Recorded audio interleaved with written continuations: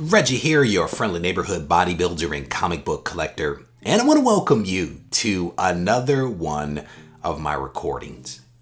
In this recording, I want to spend a little bit of time talking about an emotion that is experienced by a lot of comic book collectors. And this emotion isn't bad per se. It's not good per se. It is just a reflection of our reality as collectors. And I think that this is something, honestly, that can affect people that are comic book collectors, that could affect people that collect statues or omnibuses or whatever it happens to be. I think that this emotion is one that affects collectors as a whole. At least that is my belief. And you guys may disagree with that. And if you do, let's have that conversation. But I think that this emotion is one that will resonate with a lot of people, regardless of what it is that you happen to collect. And the emotion that I'm talking about is the fear of missing out.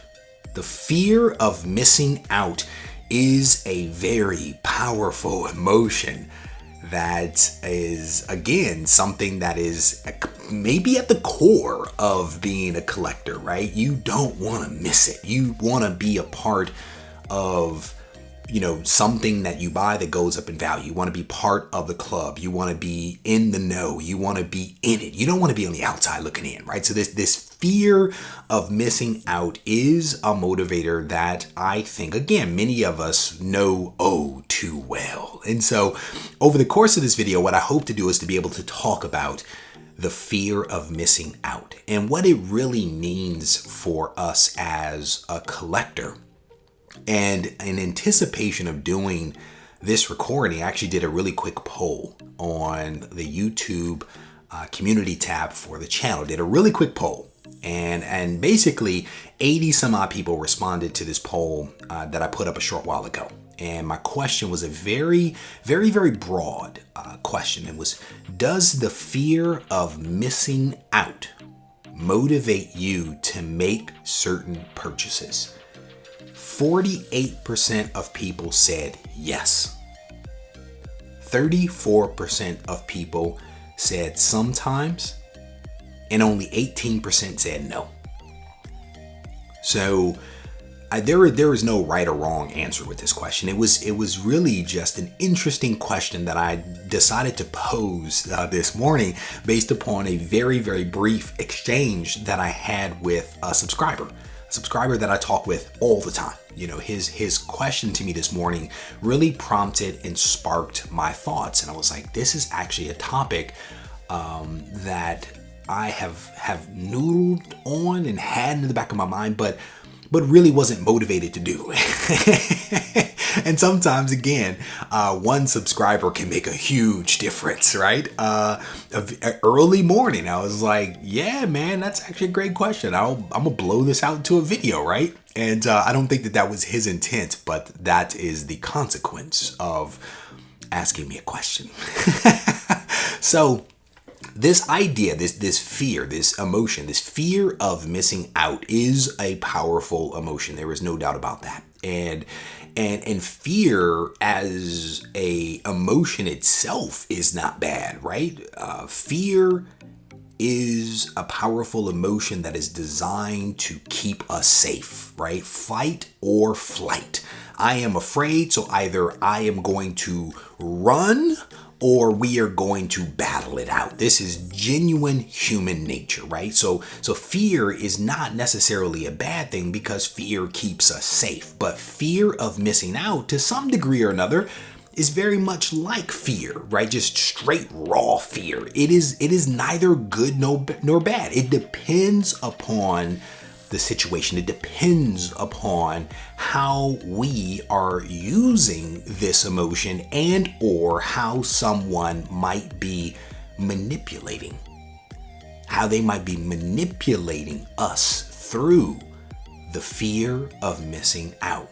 And so again, we're going to kind of dig into some of this stuff. Now, the fear of missing out, again, is not necessarily a bad thing because it can actually help us to take risks, calculated risk, right? It can help us to do things that we need to do, but we might be a little fearful of, right? But it's a good motivator, right? Like if you have bought a house, the fear of missing out to some degree or another is an emotion that you may understand. You don't want to not buy the house because you might miss out on a couple of things. You might miss out on house prices spiking. And you don't want to miss that. You want to be on the cusp of buying something that is going to go up in value in terms of house prices. You don't want to miss out an opportunity to buy that house because prices could go up. And so you're like, if I don't buy this house now, this price is going to go up and I'm potentially not going to be able to afford this house if that happens. The fear of missing out can be a good motivator. And again, this is something that is not just a collector thing. It is actually broader than that. But the fear of missing out can prompt us to take risks. And if these risks are calculated risk, it can definitely work to our advantage versus an uncalculated, super risky kind of thing that we just do, right? But the fear of missing out can motivate us to do other things. It can motivate us to take a class. It can motivate us to go back to college to get a degree, because by not doing those things, by not taking that course, by not going after a degree, for example, then you might miss out on some really wonderful things later in life. So the fear of missing out is it a powerful emotion that can be used for good, but it can also have a negative impact if we are not smart about it. If we're not smart about it, the fear of missing out can jack us up. Man, you can get yourself into all kinds of trouble, right? And I'm talking broad trouble that you can get yourself into if the fear of missing out isn't controlled. You can make poor decisions because you are fearful of missing out. You can spend money on that house that maybe you can't afford because you don't want to miss out, and you could get yourself into a really, really bad situation. But taking it back to comics, the fear of missing out, when that alert comes out on your app, when you're watching that YouTube video and someone's like, hey, this is a hot book, the fear of missing out can motivate you to jump on a website, to go to the eBays and overpay for something. You can overpay for something. You can be caught up in the speculative hype and be fearful of not buying a book that could go up in value, and that could lead you down a path of wasting a whole lot of money if you had only taken a few moments to think about it. If you had only taken a few moments to ask yourself a few questions. What am I really missing out on here? What am I really missing out? If I don't buy this hot book today, what am I really missing out on? If I don't buy this hot book today, is that book really going to be worth $1,000 in a couple of days? And will it be worth $1,000 a year from now? What are you really missing out on? Especially if the book isn't a book that even fits in with the goals that you have for your collection. What are you really missing out on? What you might actually be missing out on is an opportunity to actually get something which is not that shiny penny in your face at the moment. What you might be missing out on is actually being able to get a book, a statue, an omnibus, a whatever it is that really will make you happy. If you don't stop and ask yourself, what am I really fearful of, and how real is that fear? Sometimes, simply by asking yourself a couple of tough questions, it might prompt you to make a different decision. I mentioned earlier in the video that some people could manipulate us. They could use our fear of missing out against us. And I think sometimes, what readily popped into my mind as I thought about that was like QVC. There is so much pressure, at least I feel pressure whenever I'm seeing QVC or one of those types of programs, that there is pressure to buy. The people that are on the show are like, this is the greatest thing ever, to fry your food, to clean your dishes, to remove stains, to make you look beautiful. This is the greatest thing that you will ever have. If you only act before this segment ends, before the countdown timer reaches 000, if you get on board before our inventory is depleted, if you don't act now, you will miss out, and therefore you will not be beautiful. You will not be able to have these wonderfully roasted vegetables on your table that will make your family happy. Oh man, there is so much pressure, and they have the clock there that is counting down, and then they have the callers that are calling in and saying, I just bought that shiny new bracelet and I can't wait to get my hands on it. There are people that will use the fear of missing out to motivate you to do things that are in their best interest, but not necessarily in your best interest. And that does not make these people bad. I'm not saying that QVC is evil. I'm not saying that. I'm saying that we as consumers, we as collectors need to pump our brakes. We need to do a better job of recognizing when we are being manipulated, and more importantly, when our fear of missing out is unjustified. Because sometimes, as I've mentioned, sometimes the fear of missing out is a real thing. And so you have to be able to evaluate sometimes really quickly of, what am I really feeling? What am I really missing out on? Is this real? Is this a real emotion? Is this one that I need to acknowledge? Or do I just need to say no to this thing? Because saying no is a very, very powerful thing. It is an empowering thing to say, I am not going to buy this, because it is not something that I actually need. That is what power, in my opinion, actually looks like. The ability to say no.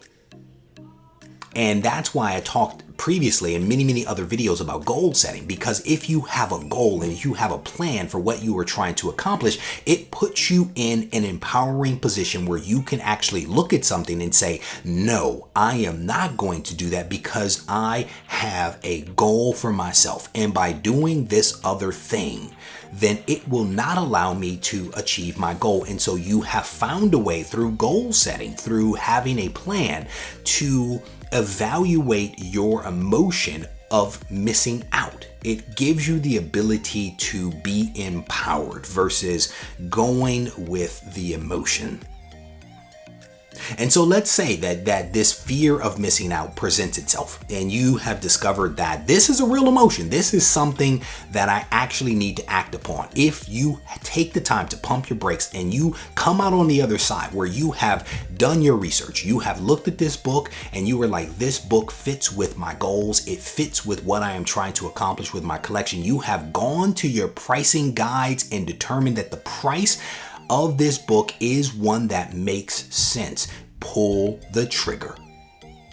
Don't get caught up in analysis paralysis. And that's actually a book where through too much analysis, you become paralyzed and you don't actually move forward. That is the opposite of what we're talking about with this fear of missing out. Fear of missing out is just unbridled, if you will, bias for action, which is something that I struggle with. And on the other side is analysis paralysis. You are so caught up in doing the analysis and making sure that you're making the right decision that you make no decision, and therefore you actually miss out on opportunities. That is not what you want. You want to find a way to kind of have a balance between those two things. And that doesn't mean that you won't skew one way and not do anything versus skewing the other way and doing everything and wasting money. It's going to happen. You're going to struggle with this. And that's actually okay. It's actually human nature to make mistakes.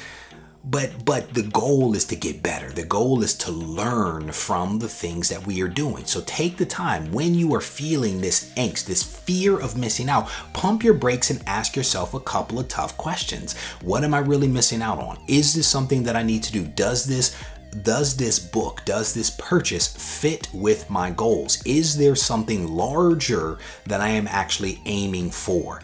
I mean, in all honesty, ask a friend, right? That sometimes is a helpful thing. You reach out to a buddy and be like, here is the situation. I am looking at this book. The book costs this. I am thinking this, that, and the other. What should I do? And your friend, if they are a good friend, will help you to kind of maybe think through that and maybe even prompt you to answer a couple of questions around, does this actually make sense, right? So getting a second opinion is not a bad thing. It's not. It's not, because we all sometimes, I think, need someone to bounce ideas off of. We should take the time when we are pumping our brakes to do a little bit of analysis, right? Don't go from the YouTube video or from the hot list or from the email alert or the app alert to eBay. Don't do it. Slow down. Go. Take a look at a price guide. Look at the CGC census. Ask a friend. Ask yourself some tough questions. And if you come out on the other side and you're like, this is real, I need to do this, then go for it. Pull the trigger and make magic happen. Because here's what you don't want to do. You don't want to not make a decision and actually miss out on something that will potentially make you happy. But you also don't want to say yes to everything and spend up all your money on things that don't make you happy, right? So it is definitely going to be a balancing act. And I honestly believe that if you have a goal and you have a plan for what you are trying to do with your collection, it gives you guardrails for being able to evaluate these situations. It gives you the ability to have something to bounce these opportunities against. It gives you a way to balance the emotion that we all feel when it comes to, I just went into a comic shop. They have this book there. It is 30% off. I want to buy the book. We all have it. We all have it, right? I go into a comic shop. I've never seen this comic in the wild and I want it. But do you need it? Do you really need that book at that moment just because you've never seen it in the wild? Is that really how you want to evaluate a decision? I don't know. Sometimes not buying something, sometimes walking away from something, sometimes saying no is one of the most empowering things that you can ever do. It really is. You cannot buy everything. You cannot be part of every hot list speculative buy, movie rumor out there. You cannot do it all unless you have infinite dollars. And if you do, share some with me. The truth of the matter is, you are going to miss out on some things. You are. But miss out on those things that don't make sense for you. Miss out on those things that don't really jive with what it is that you're trying to accomplish. Because if you go after every shooting star and there comes a shooting star that you really, really, really, really want, you won't be able to do it because you've gone after all of the other shooting stars. Take the time, pump your brakes, ask yourself some tough questions, call a friend, do some research, and then take action. I want to thank you guys for taking the time to listen to this vlog. I hope that you enjoyed it. I know a lot of people didn't necessarily like the camera angle that I'm actually using, but not having the camera right in my face allows me to think sometimes a little more clearly about some of these things. So I hope people don't mind the camera angle. Hopefully, and if you do, just close your eyes. Just close your eyes and listen to my voice and let it wash over you. No, seriously, I want to thank you guys for listening to this recording. I hope that you enjoyed it. And if you did, I definitely want to encourage you to leave a comment behind so we can mix it up in the comment section. Give the video a thumbs up. And if you need to reach out to me, feel free to do so. My preferred method is Instagram, where you can find me at Regie Collects. And if you need to send me an email, you can also do that at reggie@regiecollects.com. Take care.